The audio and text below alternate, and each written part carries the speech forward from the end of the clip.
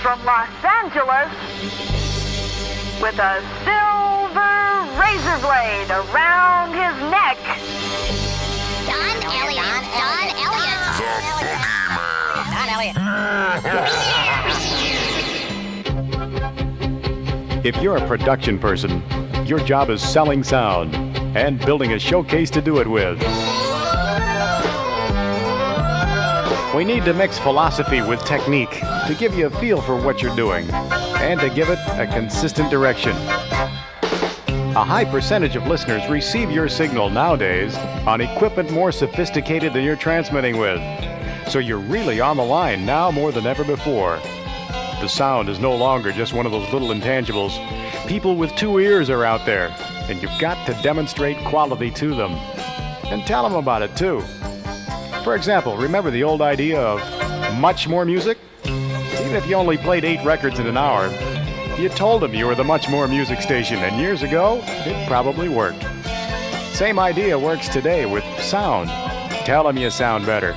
Play Emperor's New Clothes with them. KIIS, where the difference is in the sound. KIIS, with all the brilliance of the highs. KIIS, with all of the energy of the mid-range. KIIS, with all of those heavy bass notes in the lows. KIIS, 1150 AM and 102.7 FM stereo. Your ears can hear the difference in the sound of the music system on KIIS. To please the ear of the listener, you gotta trick him just a little bit. As I'm talking to you, do you suddenly notice that right now, something about my voice has just changed in relation to the match with the music? All of a sudden, you're aware that I'm not standing there with that orchestra anymore. I've moved to a little booth where there's a turntable and a microphone. And it sounds just like it. Wait a minute. Let me get back over here to that earlier spatial match that we had. The point is to create an apparent sameness of source, to make a oneness and liveness that's much more believable to the ear. It's done not with tape echo, but rather a light reverb, and just enough so that you'd notice if it was missing. I feel like I could turn around and see the whole string section.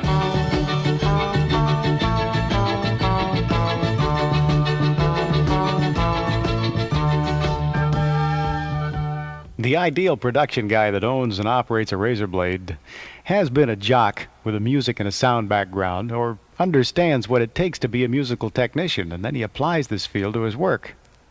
You've all seen production timers.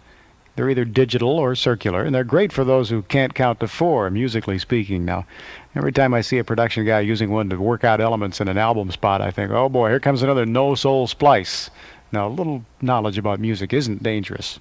Even without a formal musical education, it's not too tricky to pound your foot and learn to count those measures. 1, 2, 3, 4. That's the editor's edge that kind of puts the soul in the splice. The piece finally takes on a feel instead of a mechanical happening as it rolls by.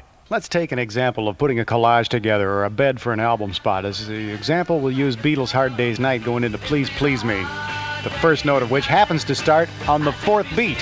So watch for the 4th beat and count with me. But when I get home to you, all the things that you do will make me feel all right.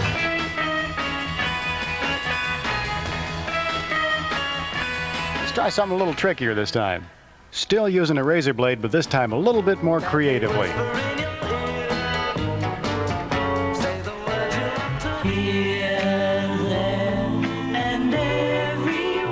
Let's apply the same idea to a slip-cued segue. No razor blade.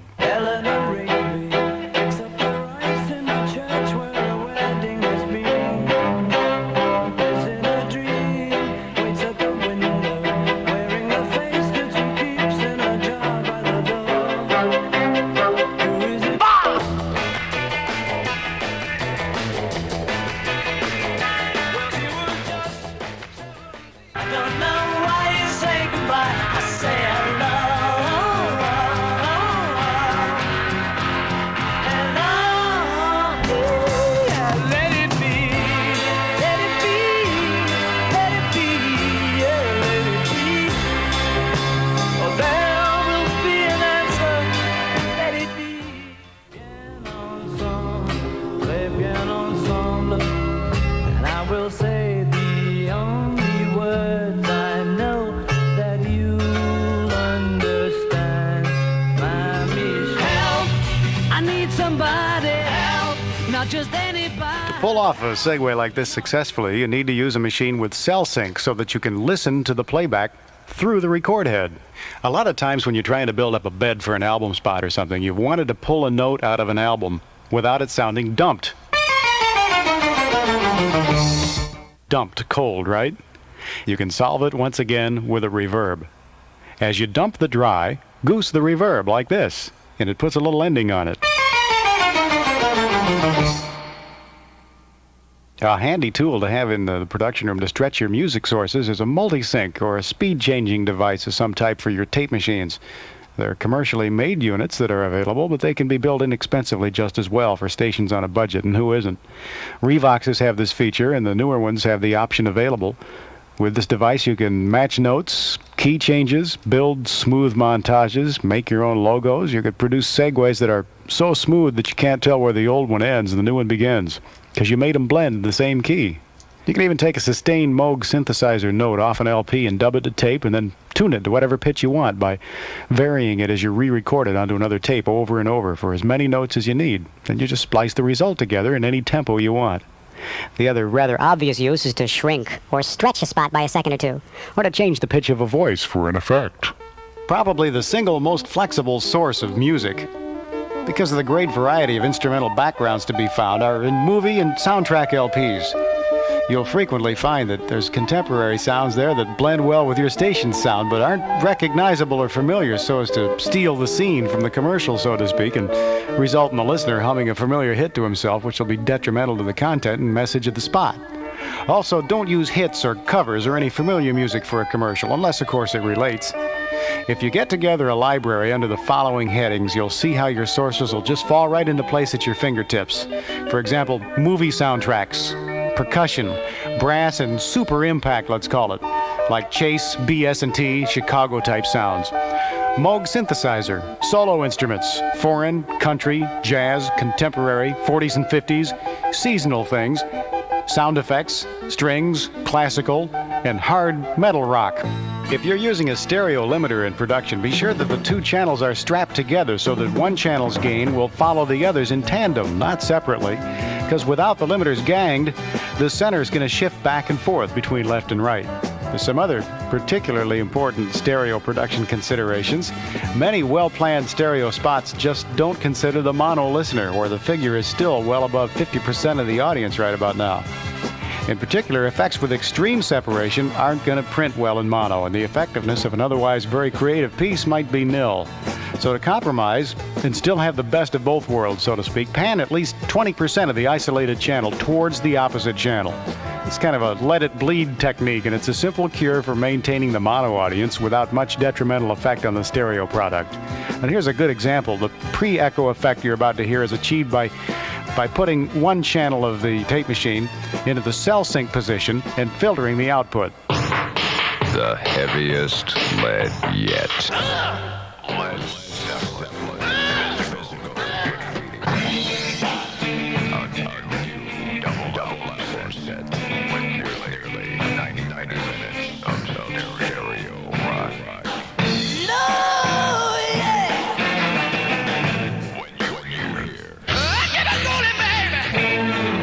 KKDJ gives it to you.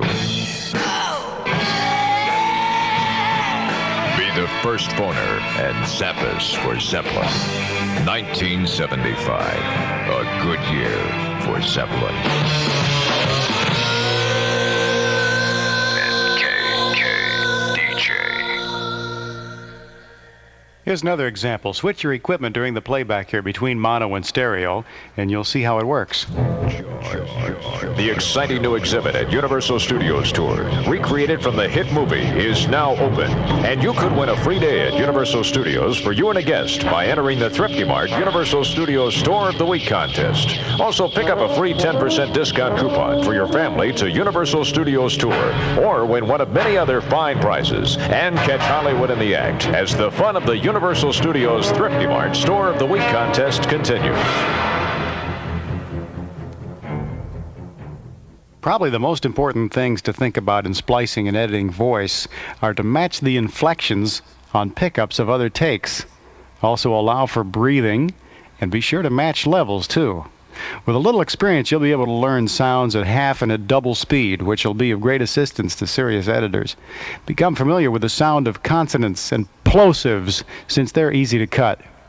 Often it's a simple chore to cut in the middle of a word on a consonant if you're editing a pickup, or if the phrase was repeated with the same inflection on the good take, and the splice will match perfectly. If you find yourself in a situation with an existing voice track that has an ending with a prolonged S, it generally isn't going to hurt to splice off almost the entire S. After all, if the jock was talking with a live band, the audience would never hear the S, and the listener's mind sort of fills in the blanks psychoacoustically. Try it, you'll see what I mean. If you don't chop it, it makes the splice sound loose. For example, here's one leaving the S on. You'll see how loose it sounds. Friday night for your reserved seats. Or, Friday night for your reserved seats. Even though the S is cut off, the mind fills in the blanks. The concept is to put the production in the same setting, staging, or showcase as the format. But within this box, think about contrasts. They're dramatic, and they sell. This means contrasts in tempo, contrasts in mood, like from strings to brass, from shouts to whispers, and from fades to impact splices. Electric punctuation and flow. That's what it's about. Competitive production. It demands that you use your imagination